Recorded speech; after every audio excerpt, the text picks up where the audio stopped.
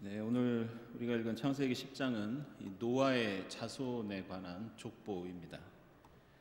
이 족보의 구조를 보면 먼저 1절은 다음은 노아의 아들들의 족보다. 노아의 아들은 셈과 함과 야벳이다.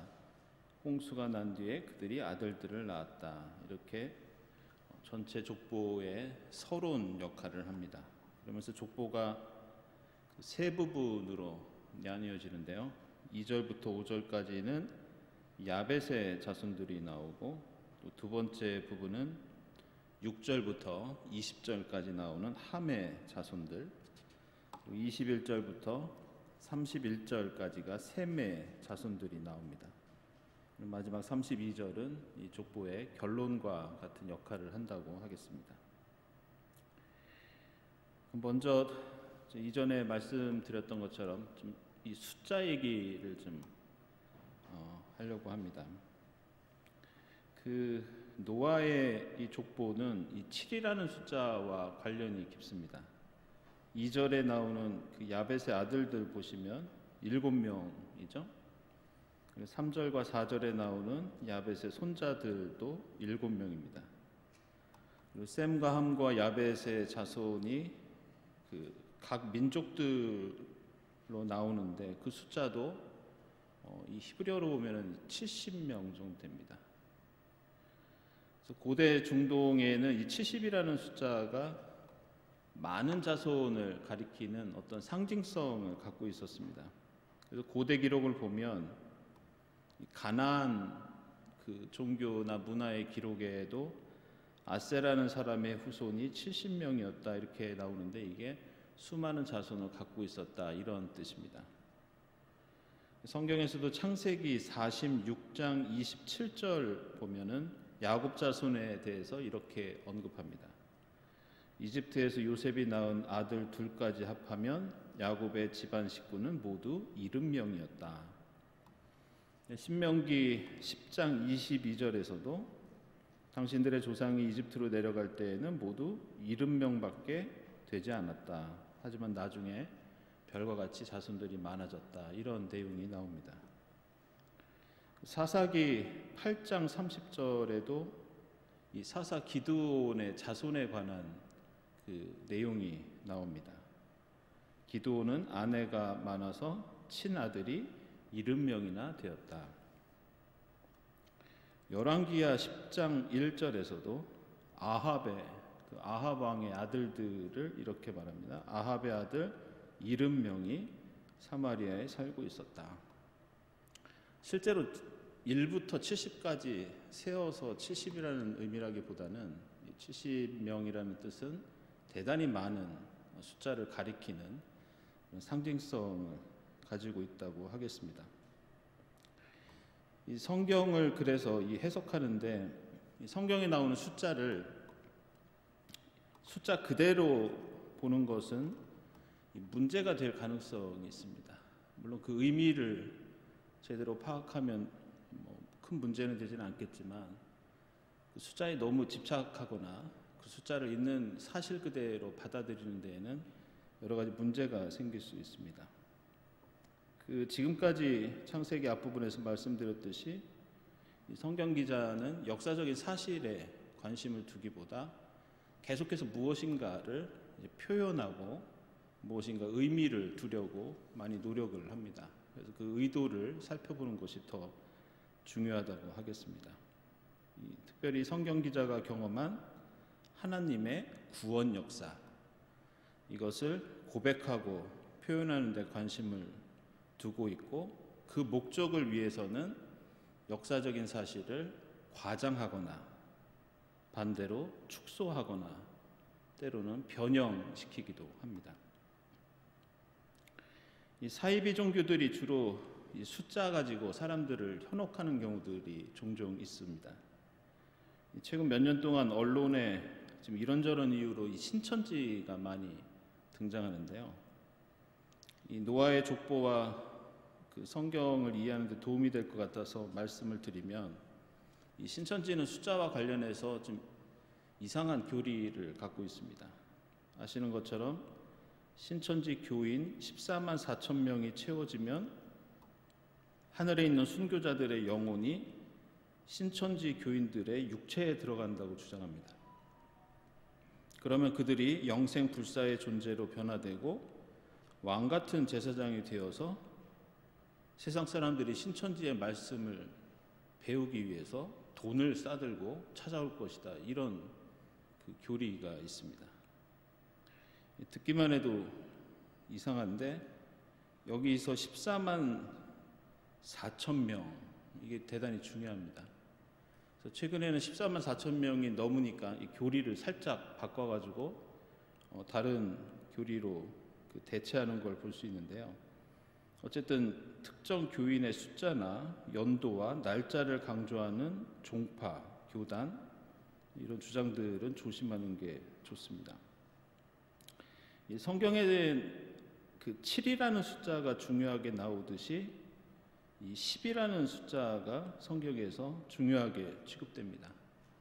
그래서 신천지의 이 14만 4천은 그 중요한 숫자 12를 다시 12로 곱한 거가 그 14만 4천입니다. 그래서 요한계시록 7장 1절 보면 이스라엘의 12지파마다 12,000명씩 인침을 받은 사람이 나올 것이다.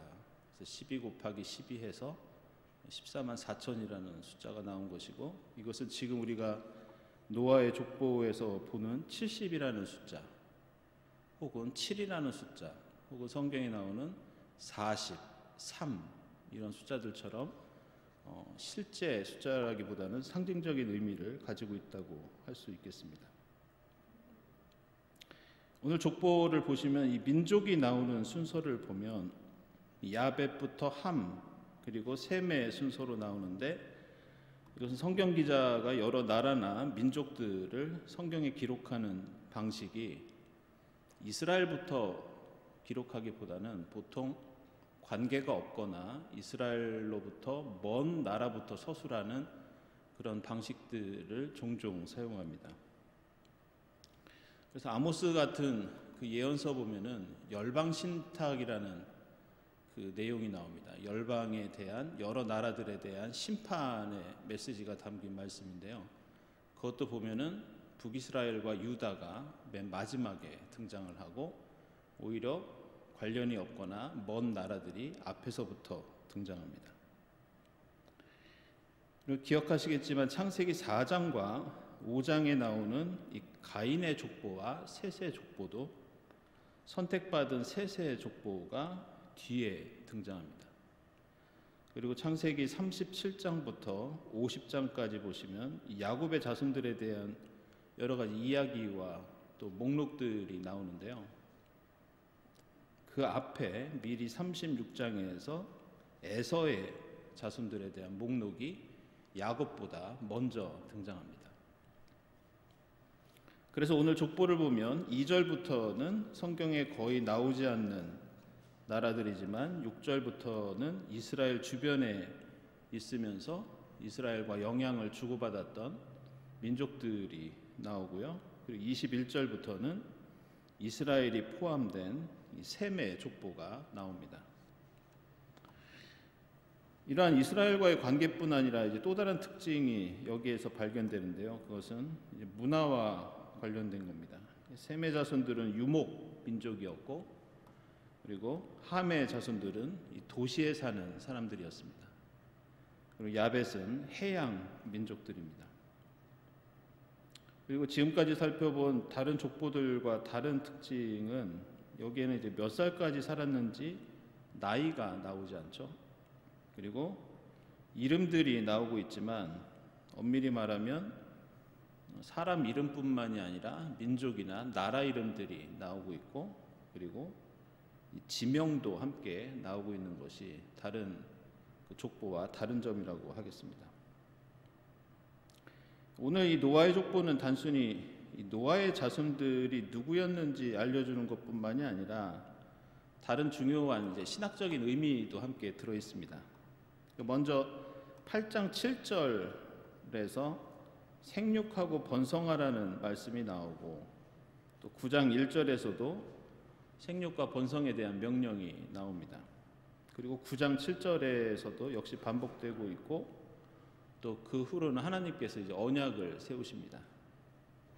이러한 생육하고 번성하라는 말씀과 하나님의 언약은 오늘 우리가 읽은 이 10장의 족보와 바로 연결이 됩니다. 왜냐하면 이 족보가 하나님의 생육과 번성의 하나의 성취처럼 등장합니다. 하나님의 언약이 실제로 노아의 후손들을 통해 이렇게 현실이 되었다. 이런 의미를 이 족보가 담고 있습니다.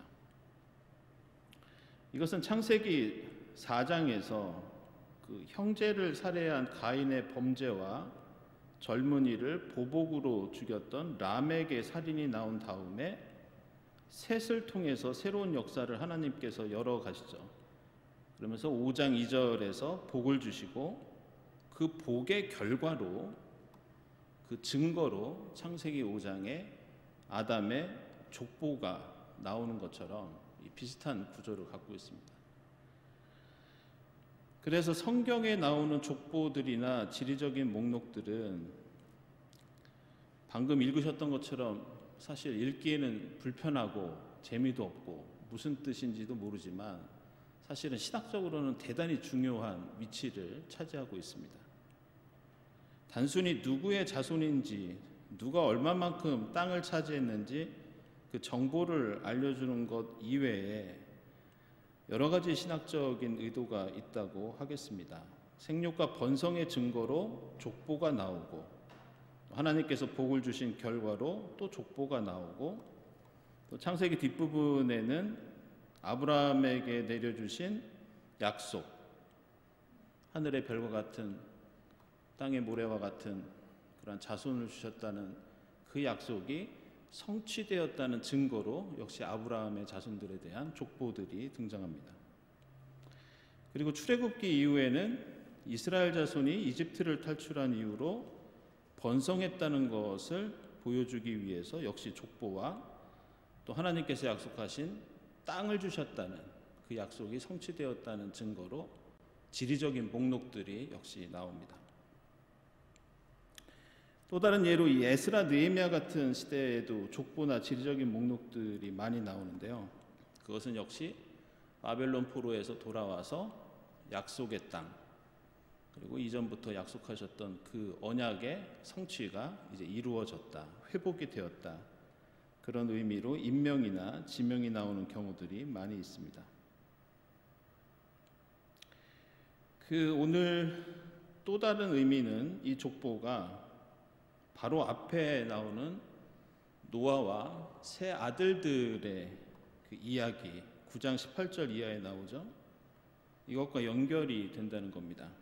그래서 9장 20절 보시면 노아는 처음으로 밭을 가는 사람이 되어서 이제 포도나무를 심었다, 이런 내용이 나옵니다. 그리고 한 번은 노아가 포도주를 마시고 취해서 이제 벌거벗은 채로 누워 있는데 아들 함이 그만 그 모습을 보고 수치를 가려주지 않고 오히려 밖에 나가서 얘기해서 이제 집안에 큰 일이 벌어지는 이야기가 나옵니다. 함과 달리 셈과 야벳은 겉옷을 가지고 아버지의 벌거벗은 몸을 덮어드림으로써 수치를 가려주죠. 그러자 노아가 술이 깬 다음에 느닷없이 25절에서 이렇게 말합니다. 가나안은 저주를 받을 것이다. 가장 천한 종이 되어서 형제들을 섬길 것이다. 그러면서 반대로 26절 이하에서는 수치를 가려준 셈과 야벳을 축복하면서 또 나중에 노아가 오랫동안 더 살다가 죽었다는 내용이 이어지면서 이제 10장으로 넘어갑니다. 먼저 19절에서 노아의 아들들에게서 인류가 나와서 온 땅에 퍼져나갔다는 말씀은 지금 앞에서 9장에서 3번이나 나오고 있는 생육하고 번성하라는 하나님의 말씀이 이렇게 성취되었다고 하면서 10장의 족보와 연결시키는 역할을 하고요. 또 이것은 온 땅에 퍼져나갔다는 이 말이 결국에는 나중에 11장에서 바벨탑 사건하고 역시 또 연결이 됩니다. 그런데 한 가지 짚어볼 것은 그 6장 9절 보면 노아는 당대에 의롭고 흠이 없는 사람이었고 하나님과 동행한 것으로 나옵니다. 근데 이제는 포도를 재배하고 포도주를 마시고 취한 사람으로 나옵니다. 하지만 창세기는 이러한 노아의 행동을 이제 도덕적으로 옳거나 또 나쁘거나 판단하지 않습니다. 이제 술 문제가 나오는데요. 물론 성경에는 여러 군데 술 마시고 취하지 말라, 독주를 마시지 말라, 술에 대해서 경고하는 말씀들이 여러 군데 나오지만 또 반대로 또 술을 예찬하고 술을 권하는 말씀도 종종 등장합니다. 시편 104편 15절 보면 포도주는 하나님이 주신 선물 중에 하나로 나옵니다. 그래서 주님은 사람의 마음을 즐겁게 하는 포도주를 주셨다. 민수기 15장 보면은 제사를 드릴 때는 아예 포도주를 반드시 준비해야 된다. 그래야 기쁜 제사가 될 수 있다. 이렇게 말씀합니다. 그리고 신명기 14장 26절에서도 그 돈으로 마음에 드는 것을 사십시오. 소든지 양이든지 포도주든지 독한 술이든지 어떤 것이든지 먹고 싶은 것을 사서 함께 먹으면서 즐거워하십시오. 이런 말씀도 나옵니다. 따라서 지금 노아가 취해서 자고 있는 것을 어떤 죄나 잘못된 비극의 원인으로 보는 것은 잘못된 것이라고 할 수 있습니다. 다만 여기서 노아의 아들 함이 지금 비난을 받는 것은 당시의 고대 사회에는 이런 교훈들이 여러 기록들에 나옵니다. 한번 들어보시기 바랍니다. 자기 아버지가 술을 마셨을 때 그를 보호해주고 데려가야 한다. 이것은 자식이 아버지의 실수나 어리석음을 가려줘야 된다. 이런 교훈들이 그 당시 고대 중동 기록들에 종종 나옵니다. 그래서 함은 그렇게 하지 않았고 셈과 야벳은 그렇게 했던 것을 볼 수 있습니다. 이 잠언 17장 9절에서도 비슷한 말씀이 나오는데요. 허물을 덮어주면 사랑을 받고 허물을 거듭말하면 친구를 갈라놓는다. 노아의 경우와 똑같지는 않지만 비슷한 내용들이 나옵니다. 근데 이제 여기서 중요한 것은 9장 22절입니다.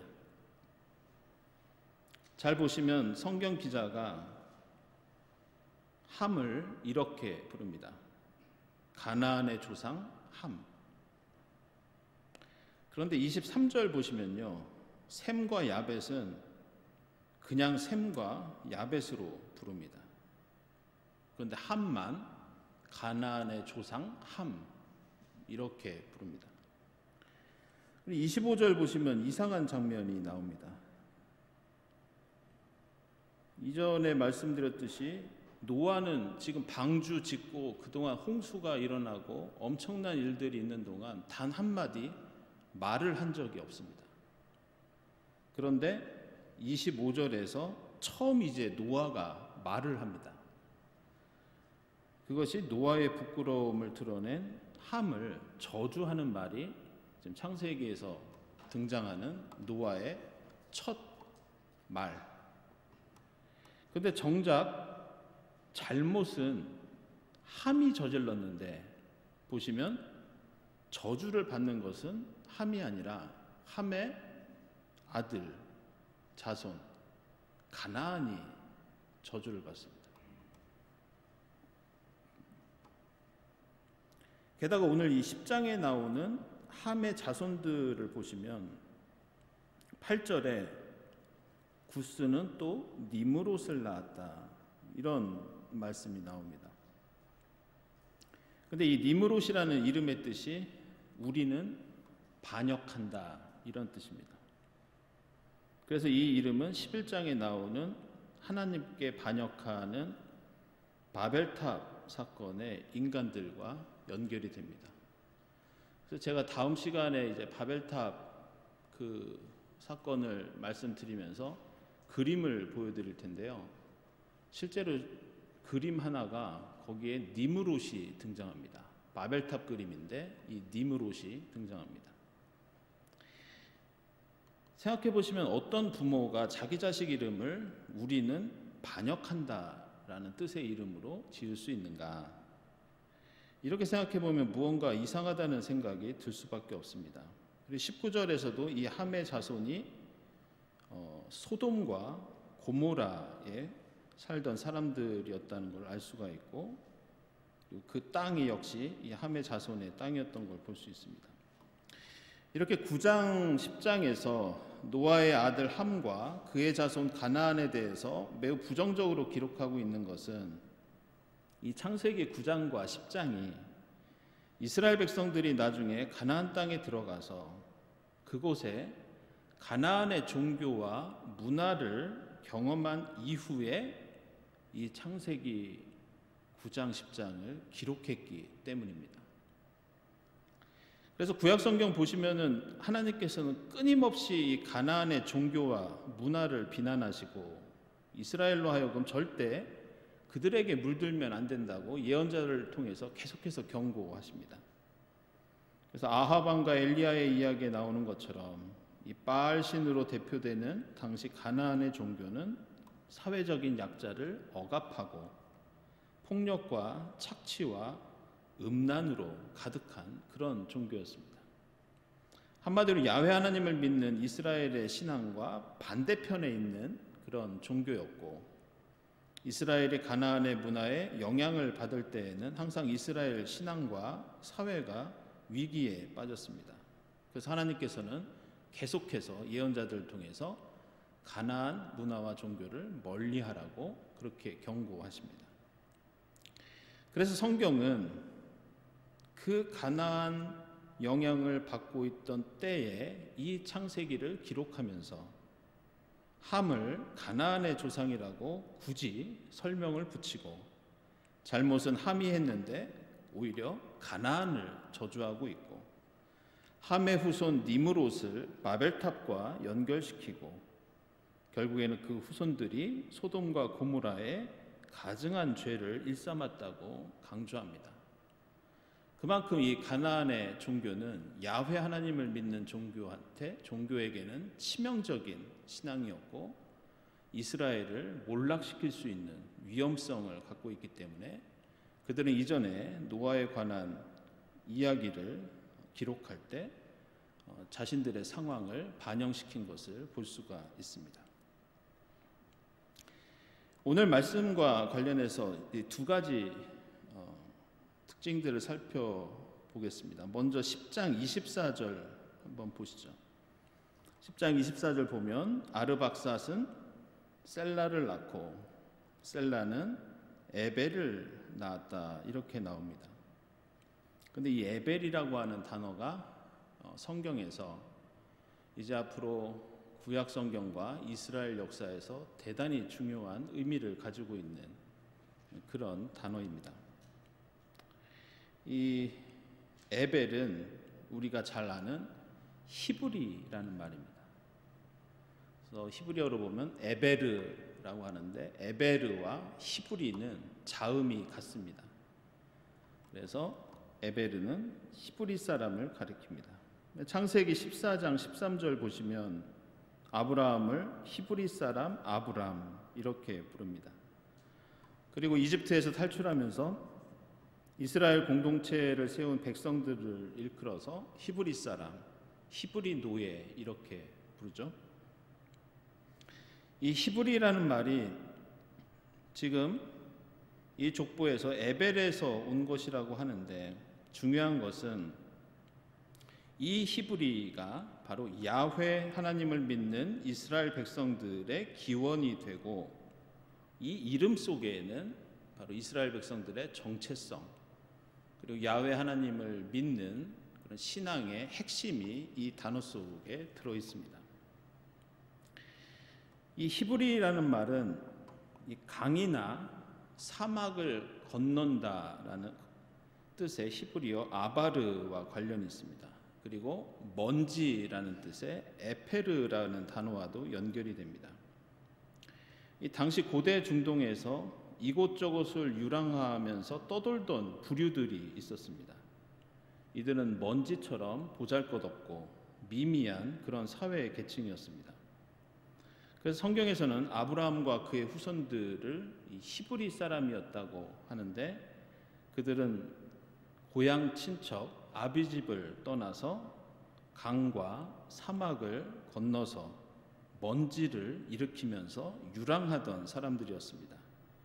그리고 그들은 실제로 이 에페르, 히브리 이 말처럼 연약하고 보잘것없는 그런 사람들이었습니다.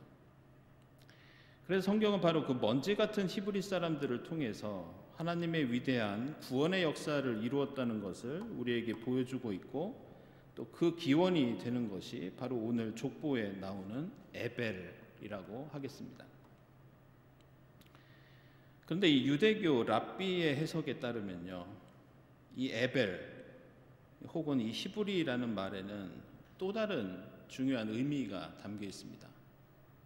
그것은 강이나 사막을 건너다 혹은 먼지 이런 뜻 말고 또 다른 중요한 의미가 있는데, 그것은 강가에 서서 강 저편을 바라본다 이런 뜻이 있습니다. 강가에 서서 강 건너의 저편을 바라본다. 이스라엘은 그 선조가 되는 아브라함과 이삭과 야곱의 이야기부터 그 이스라엘 공동체가 시작된 출애굽까지 항상 강과 바다와 광야를 건너갔던 사람들이었습니다. 아브라함은 갈대아 우르를 떠나 유프라테스와 티그리스 강을 건너 가나안 땅에 왔고, 출애굽 공동체는 바다와 광야를 건너 또 요단강을 건너 가나안 땅에 들어왔던 사람들이었습니다. 그리고 나중에 바벨론 포로로 끌려갔던 이스라엘 포로들도 나중에 약속의 땅으로 돌아올 때 역시 강을 건너고 사막을 건너 약속의 땅으로 돌아옵니다. 이처럼 이스라엘 백성들은 하나님의 기적과 은혜와 인도로 항상 강과 바다와 사막을 끊임없이 건너면서 새로운 역사를 만들어 갔다는, 새로운 역사의 장을 펼쳤다는 그런 특징을 갖고 있습니다. 그런데 성경에 나오는 이스라엘의 삶과 신앙이 가진 또 다른 중요한 특징은, 그들은 강과 바다와 사막을 건넜을 때 건너간 것으로 끝난 것이 아니라 하나님께서 그들로 하여금 건너온 그곳에서 항상 지나온 여정을 되돌아보게 그렇게 만드십니다. 그래서 성경을 보면 지나온 하나님의 구원의 역사를 회고하라는 말씀이 매우 자주 등장합니다. 너희 조상은 떠돌아다니는 아람 사람이었다는 것을 기억하라. 믿음의 조상들과 함께 하셨던 하나님을 기억해라. 하나님께서 이집트에서 구출하시면서 바다와 광야를 건넜던 것을 기억해라.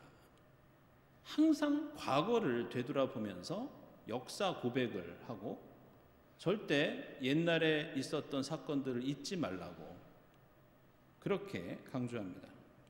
따라서 성경의 신앙을 한마디로 요약한다면 그것은 지금 히브리라는 말의 뜻처럼 강가에 서서 강 저편을 바라보는 신앙, 이렇게 표현할 수 있습니다. 우리가 살아온 삶과 신앙도 마찬가지라고 생각합니다. 인간의 삶이라는 것이 끊임없이 강을 건너고 광야를 건너고 바다를 건너가는 것처럼 우리에게는 계속된 고난과 역경 그리고 여러 가지 고비들을 이겨내면서 새로운 길을 열어가는 하나의 여정이 바로 우리의 삶과 신앙이라고 할 수 있습니다. 그렇다면 우리 그리스도인들이 세상과 다른 것은 무엇인가? 그것은 바로 이 히브리라는 말처럼 강가에 서서 우리가 건너온 곳을 되돌아보는 것, 그 여정 가운데 함께해 주신 하나님의 기적과 은혜를 떠올리면서 감사하는 것, 그리고 그 구원과 은혜의 경험을 발판으로 새로운 미래를 향해 힘있게 나아가고 역사를 만드는 것. 이것이 바로 오늘 이 족보 속에 담긴 중요한 의미라고 하겠습니다. 마지막으로 살펴볼 것은 9장 25절입니다. 본문을 보면 가나안은 저주를 받을 것이다. 가장 천한 종이 되어서 저의 형제들을 섬길 것이다. 이렇게 가나안에 대한 저주가 나옵니다. 여기서 가장 천한 종이 되어서라는 부분은 히브리어로 에베드 에바딤이라고 해서 문자적으로 보면 종들의 종 이런 뜻입니다.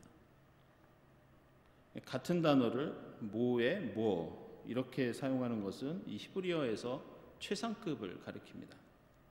예를 들어서 민수기 3장 32절을 보면 이런 말씀이 나옵니다. 레위 사람의 최고 원로는 제사장 아론의 아들 엘르아살이고, 여기서 최고 원로라는 말이 직역하면 지도자들의 지도자 이렇습니다. 그리고 신약성경에서도 여러분 잘 아시는 요한계시록 19장 16절 보면 왕들의 왕, 군주들의 군주. 옛날 번역 성경은 그렇게 나오죠. 만왕의 왕, 만주의 주. 이렇게 번역되는 이 말도 최고의 왕, 최고의 주라고 하는 최상급을 가리킵니다. 근데 오늘 창세기에 가나안을 향해서 종들의 종이 될 것이라고 한 것은 너는 앞으로 가장 천한 종이 될 것이라는 일종의 저주입니다. 근데 이 저주를 공식적인 하나의 직함으로 쓴 분이 있어서 제가 소개하려고 합니다. 그분은 바로 이 프란치스코 교황입니다.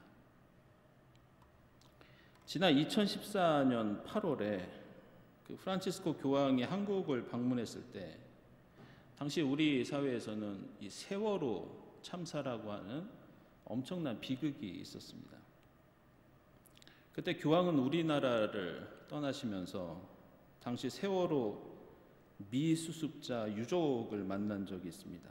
그래서 당시 실종자 9명의 이름을 기록한 편지와 묵주를 당시 진도 실내체육관에 있던 실종자 가족들에게 전달한 그런 일이 있었습니다. 근데 그 편지 마지막에 이 교황께서 쓴 단어가 라틴어로 세르버스 세르보룸, 이게 바로 오늘 창세기에 나오는 에베드 아바딤, 종들의 종이라는 뜻입니다. 교황은 이 종들의 종이라는 표현을 가끔 공식 문서에서도 사용하는 걸로 알고 있습니다. 우리는 가톨릭 교회의 수장을 일본의 영향을 받아서 이 교황이라는 용어를 사용합니다. 말 그대로 교회의 황제라는 뜻이고, 물론 일각에서는 이 용어가 적절하지 않다고 해서 홍콩이나 중국처럼 교종이라는 호칭을 쓰자는 사람도 있습니다. 어쨌든 전 세계 최고 종교 권력을 가진 교황이라는 호칭은 황제, 즉 왕들의 왕 이런 뜻입니다. 그러나 이 유족들을 위로하는 편지 끝에 종들의 종이라고 쓴 것은 우리가 어떤 권력과 어떤 지위를 가지고 있더라도 예수를 믿는 우리는 결국 예수의 마음을 품고 예수를 따라야 한다는 것을 의미합니다. 그리고 그 예수의 마음은 바로 빌립보서 2장에 나옵니다. 그는 하나님의 모습을 지니셨으나 하나님과 동등함을 당연하게 생각하지 아니하시고 자기를 비워서 종의 모습을 취하시고 사람과 같이 되셨습니다. 자기를 낮추시고 죽기까지 순종하셨으니 십자가에 죽기까지 하셨습니다. 이것이 바로 그리스도의 마음이라고 사도 바울은 말씀하고 있습니다. 이 사순절 스스로 함을 향한 저주처럼 십자가 형틀에 저주를 뒤집어 쓰시고 죽기까지 자신을 세상의 종으로 낮추신 우리 주님의 고난을 묵상하시면서 하나님의 영광과 이웃사랑을 위해서 우리 스스로 종들 가운데 가장 비천한 종, 종들의 종, 이 겸손을 배우고 결단하는 여러분이 될 수 있기를 바랍니다. 오늘 말씀을 묵상하면서 함께 기도드리겠습니다.